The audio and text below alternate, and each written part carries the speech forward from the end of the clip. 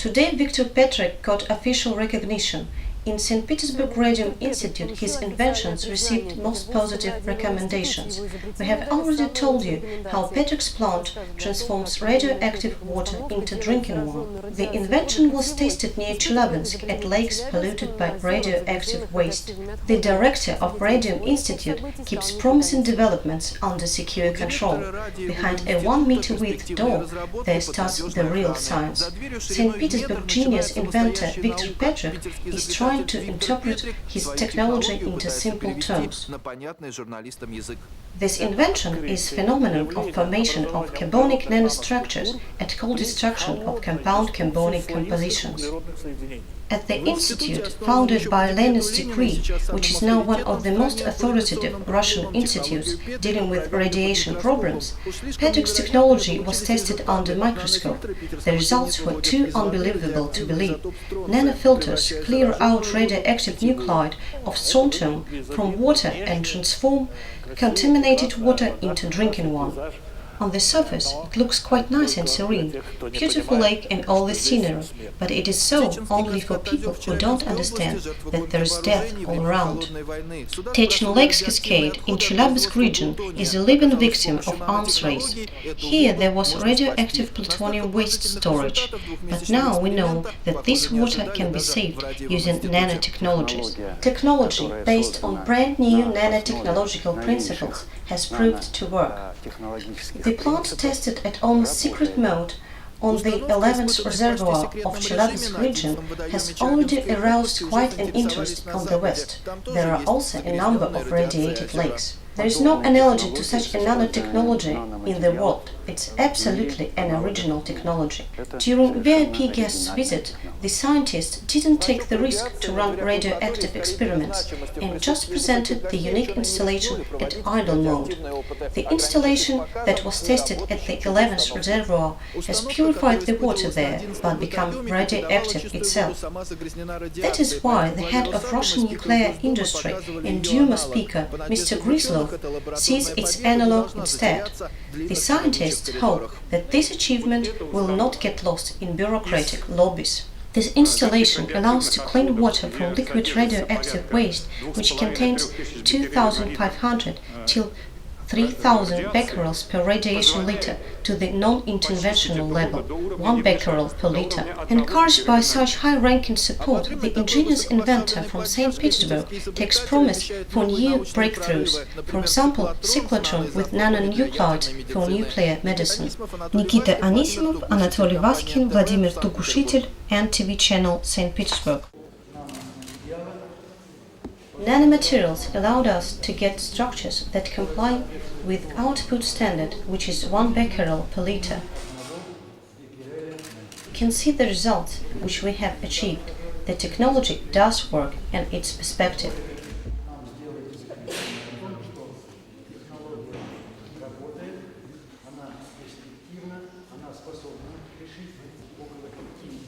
It can solve the problem of water purification up to 5 million liters per year.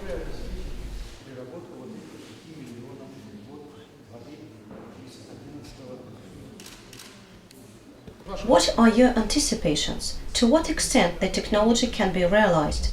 It's clear with Techin cascade.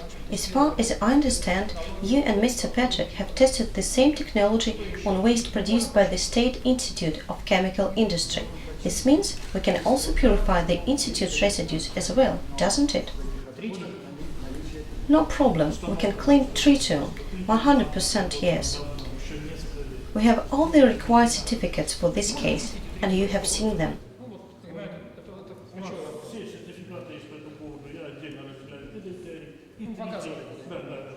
What about problems of nuclear submarines waste? How can it be used? What's your opinion?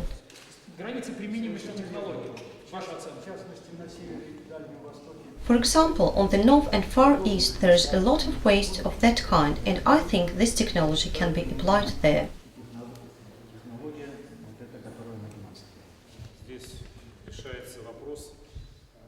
Here the most crucial ecological problem is to be solved. A year ago, during its congress, United Russia Party approved of the party's project called Pure Water. It's a universal project. I'd like to pay your attention to the fact that life expectancy of Russian citizens is around 60 years, and this figure means our place at the second half of the first 100 of the world countries. And so, we can't take as it is the fact that Russian people live such short lives. And one of the main reasons for that is consumption of bad quality water. There is a widespread saying that a man is what he eats, and here I'd like to argue against the phrase and say that a man is what he drinks, because human body cells contain 80% of water. It's the fact. And the system of housing maintenance and utilities, as well as the water treatment system existing in big cities and delivering drinking water to residents, they do not provide the required water quality. Half of the bottled water that our citizens buy from retail trading is falsified, and as an ex-Internal Affairs Minister I can say it with all the responsibility for the words.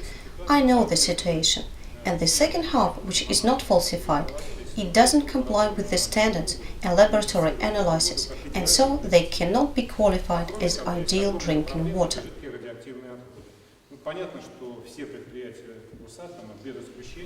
Besides, there is another great problem, which is liquid radioactive waste. It's obvious that all nuclear plants, with no exception, have their waste reservoirs, and today it's impossible to get electricity without water. So there is water waste, and water waste contains liquid radioactive fallouts. There are huge reservoirs for that. For example, Techinsky cascade with 100 million tons of radioactive water. And the existing technologies, and we are speaking about world technologies, they do not solve the problem.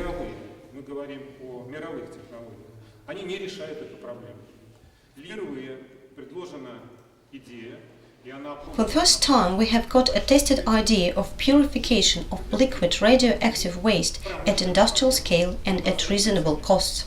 I think that now, for the first time in history, we can see such an installation that allows to serve this very task.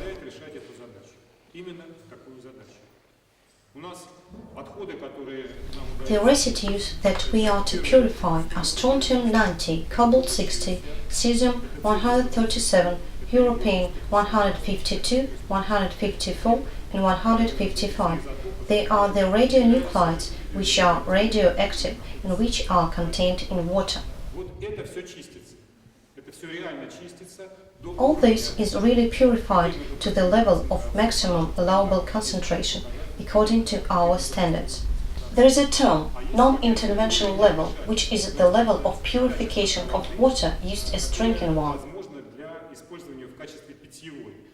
This installation allows to clean water from liquid radioactive waste, which contains 2,500 till 3,000 becquerels per radiation liter, to the non-interventional level, 1 becquerel per liter. That's the result we are discussing today. We have budget financing for years 2008-2010. The figures have been approved within the federal budget framework, and there are sources necessary for the activities. The only thing to do is to transfer the sources into this very project, and then, as early as next year, we'll be able to purify water from liquid radioactive waste. The project can start from Leningrad region. At least we can start from Dnipro natural reservoir.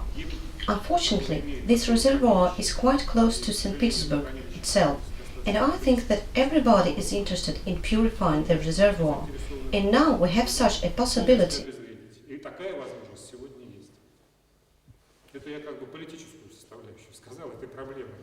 So here I have underlined the political side of the problem.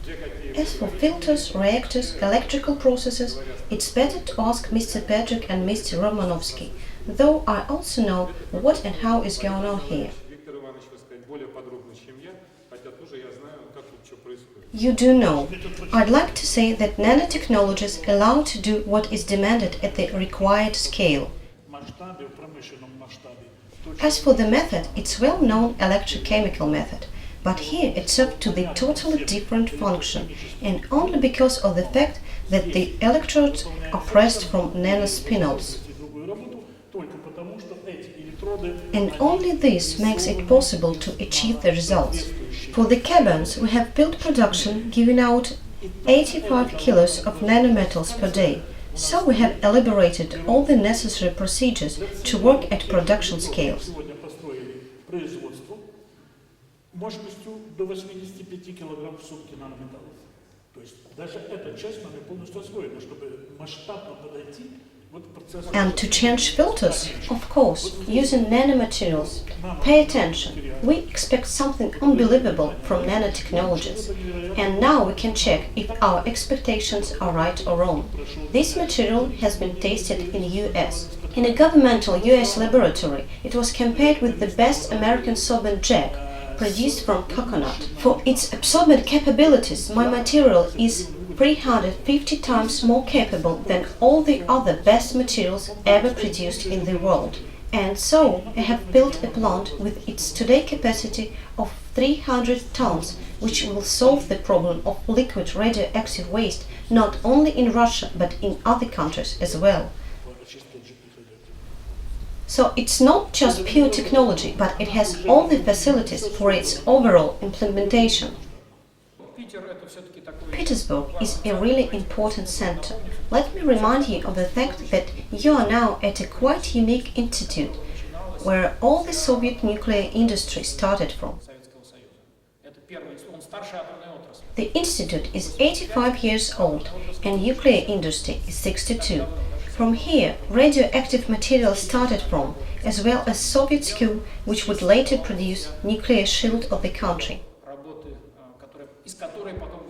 Here in St. Petersburg, we have a great number of nuclear productions. Here is fundamental science, as well as the Radium Institute.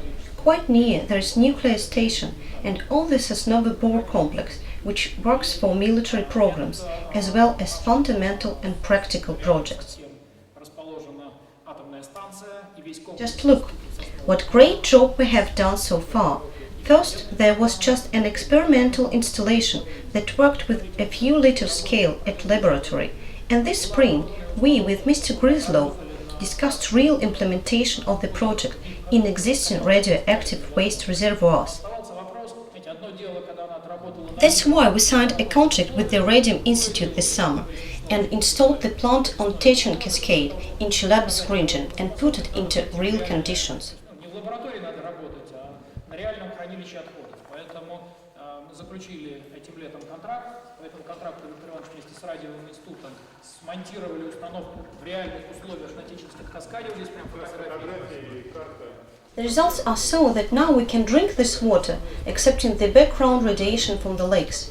During this summer, we mounted the installation on the cascade, and it worked out not liters, but more than 100 tons of water. This is quite industrial scale, and it proves the installation can work at industrial scales. Что проделали за это лето? Смонтировали установку на Течинском каскаде. Она переработала уже не литры, а тысячи литров. And this proves the fact that we should start it right now, from 2008. Now we can transfer the existing sources into the project, and in 2008 we'll be able to start. Поэтому, собственно, дальше вопрос следующий. Технологию надо будет дорабатывать до промышленного уровня, это отдельная работа. А второе, даже... So we have discussed it with Mr. Romanovsky, and I hope that Mr. Petrik will agree that we can not only start, but accomplish the activities in 2008. That means to solve the problem of the Chemical Institute, which is the sole place of St. Petersburg. There is 1,000 tons of liquid radioactive waste there.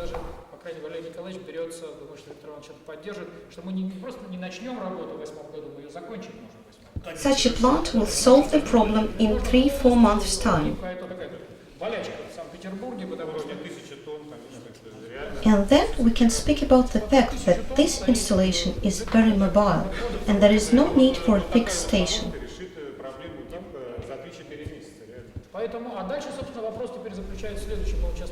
And it can be used for Techinsky and Novosibirsk factories, which are really important.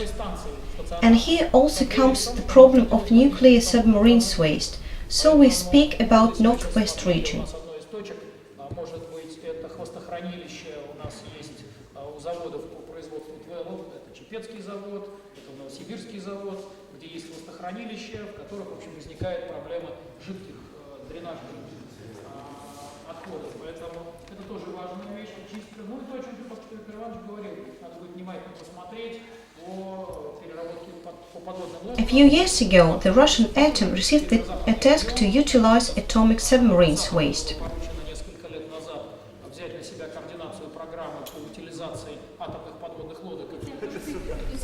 We are already performing the program. At schools, at birthing centers, now people can drink real blue water. British scientists carried out research to find out the reasons of children's tiredness, and they found out that it has to do with bad quality of drinking water. В таких масштабах эта задача за границей не решалась. At such scales, this problem has never been solved, and in this sense, this technology is really unique. Уникальные решения.